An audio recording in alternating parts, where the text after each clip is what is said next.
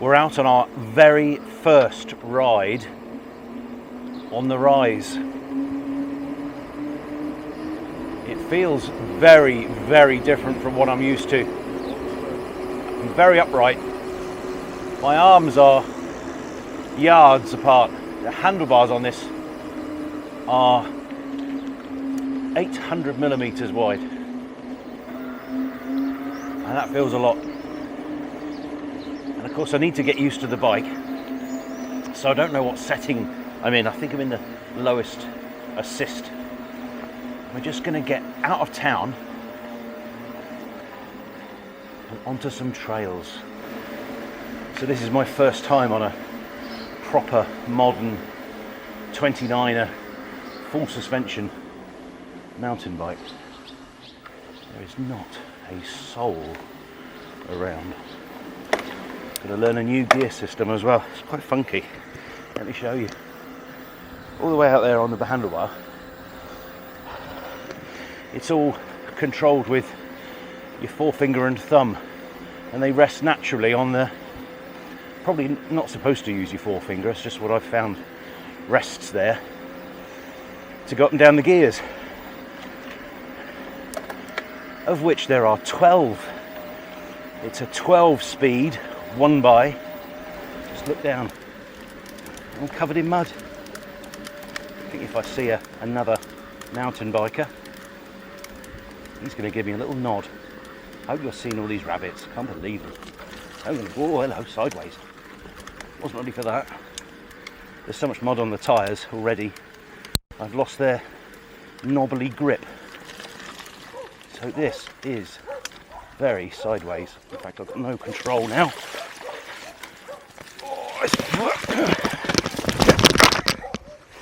That had to happen.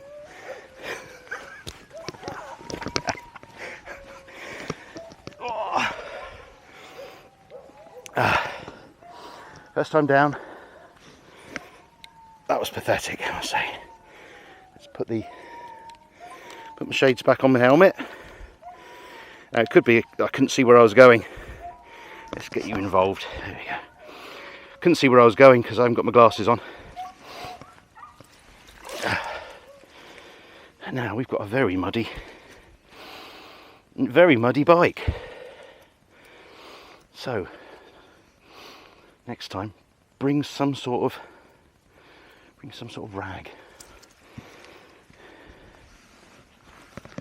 Oh, I should have thought about this maybe a bit better, because now my shoes are absolutely coated. So I need to get up on the bike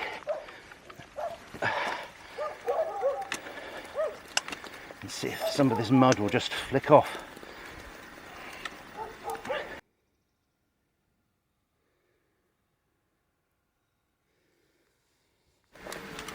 Well, it's taken some of the what ifs out of it. Already gone down. Now this is muddy again, and I can't see my line to avoid the worst of it. I'll try over here. Anyway, let's get going. Oh, hello. What are you looking at? Yeah, certainly not looking at the road. Is that better? The other thing I did, so I'm normally clipped in on a road bike. I always put my right foot down first, and so I did that falling over to the left thing, and I thought, oh, my foot is stuck, and of course it wasn't. I could have just put my foot down on flat pedals. Thick terracotta clay, this is what they make all the bowls out of. So if the sun comes out later, I'm going to have cooked clay on my back. You'll notice I'm desperately trying to avoid the worst stuff in the bottom. It does mean I'm going to have to hit these plants. Be careful not to have the bars pulled to the right, because that's where the canal is. So again, another question for you guys who do this normally: is having mud all over your arse, i.e. from having fallen over, is it a badge of honour, or is it a mark of shame? Am I going to get friendly nods They're knowing he's a real mountain biker, or are they going to look at my hip and say, what an idiot, it came off? I've got to say, at the moment I don't care, I'm absolutely enjoying this. It's so different, it's so smooth. This sort of gravel, occasional bedrock showing through, just can't feel it. Suspension is completely taking care of it for me.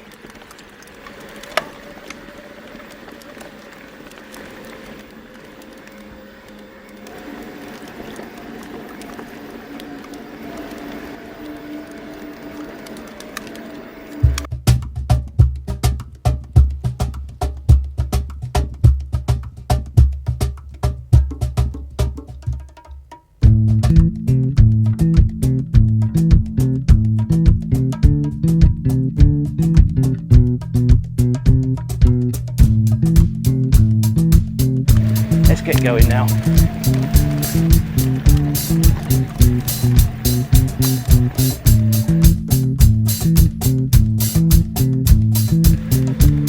Oh, it's really muddy.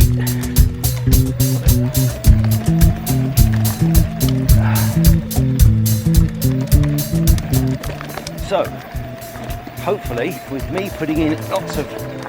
Oh, it's gone to concrete. I don't know if I'm upset or pleased. I'm pleased. Shh. But this bike has got power and cadence sensors. So as long as I'm pushing hard on those pedals and keeping up a pretty high cadence, the bike's going to give me all of that 60 Newton meters. Just as a slight aside, thanks to Darren Elbro from the club, he did point out that you need to download the Shimano app in order to change the motor settings for each level of assist, because as it comes out of the box, it's set to, I think it was 42 Newton meters, and you can just slide that up to 60.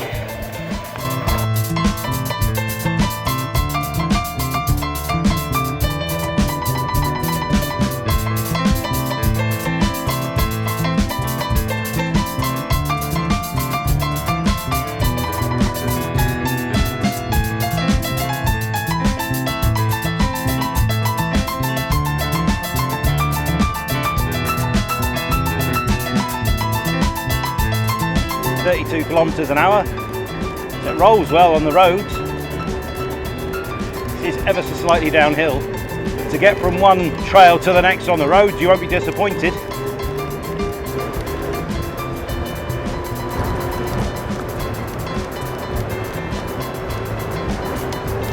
I'm quite sorry to say that my very first impressions are I don't like mud and I really like roads. But mud is so, it's more than unusual. I've actually made videos trying to find some when I first got my gravel tyres on my game, and I couldn't. I think I went through one little puddle and I was whooping at having found some. But that was awful. It was so sticky and thick and really unpleasant. Obviously something I'm gonna have to get used to. Well, no, I don't. It never rains here.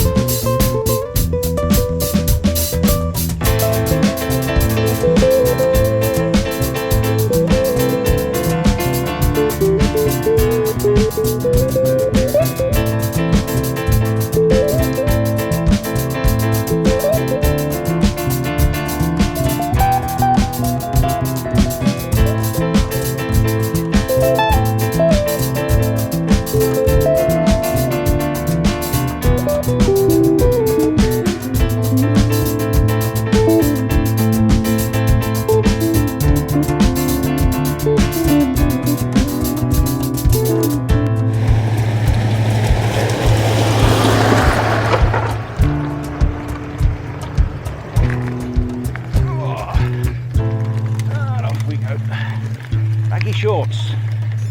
Baggy shorts. Get caught on the seat. What's with the baggy shorts? Wrapped with a nice bit of lycra. This is actually the River Sierrana that we're crossing at the moment. And these are the river cliffs that it caused once upon a time. Anyway, let's get going a bit quicker. This is more gravel or hardtail riding. But bear with me, it's my first ever trip. It is so much more comfortable with these tyres and this low pressure tubeless setup, and of course the suspension. It's almost like riding on tarmac, because this is no test for the bike or me. It is, however, extremely satisfying, because this is a little bit knobbly for the Orbea game with its gravel tyres. I mean, I do it, but it's not a comfortable experience.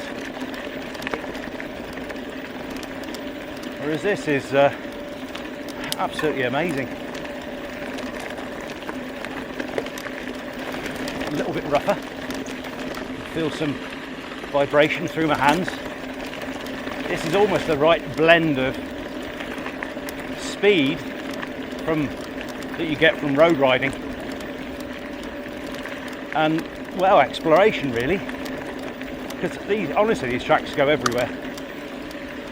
All through those mountains opposite, we're definitely going into them, possibly when it's less muddy. But for the next month at least, I should be able to show you some incredible views and some magnificent castles that you can only get to by tracks.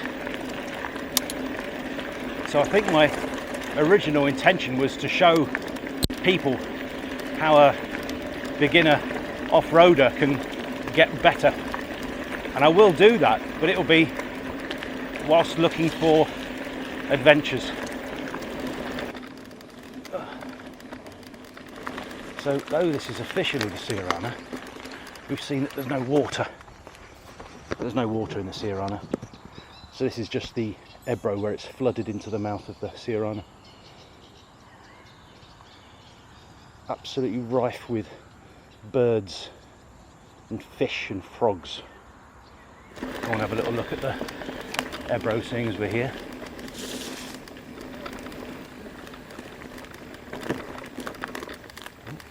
Heron.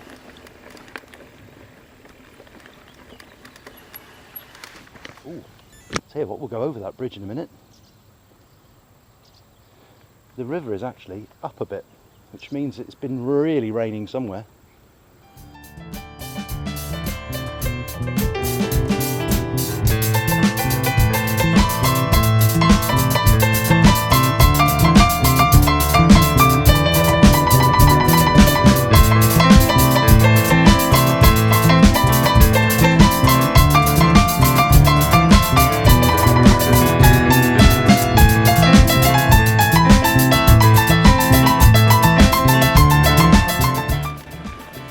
The old ferry, which doesn't use any power to get across the river.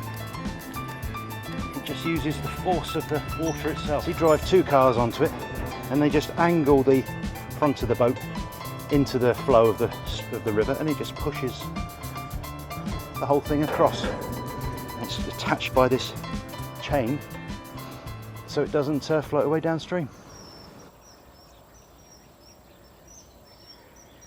Here, the kingfishers over here. Anyway, we're on the bridge. It's rather narrow. I'll be using both hands. It's quite tricky because if I put my wheel there, say 4 inches in, I've got about 2 inches before I hit my hand, spiralling the bike out of control and into the river. probably.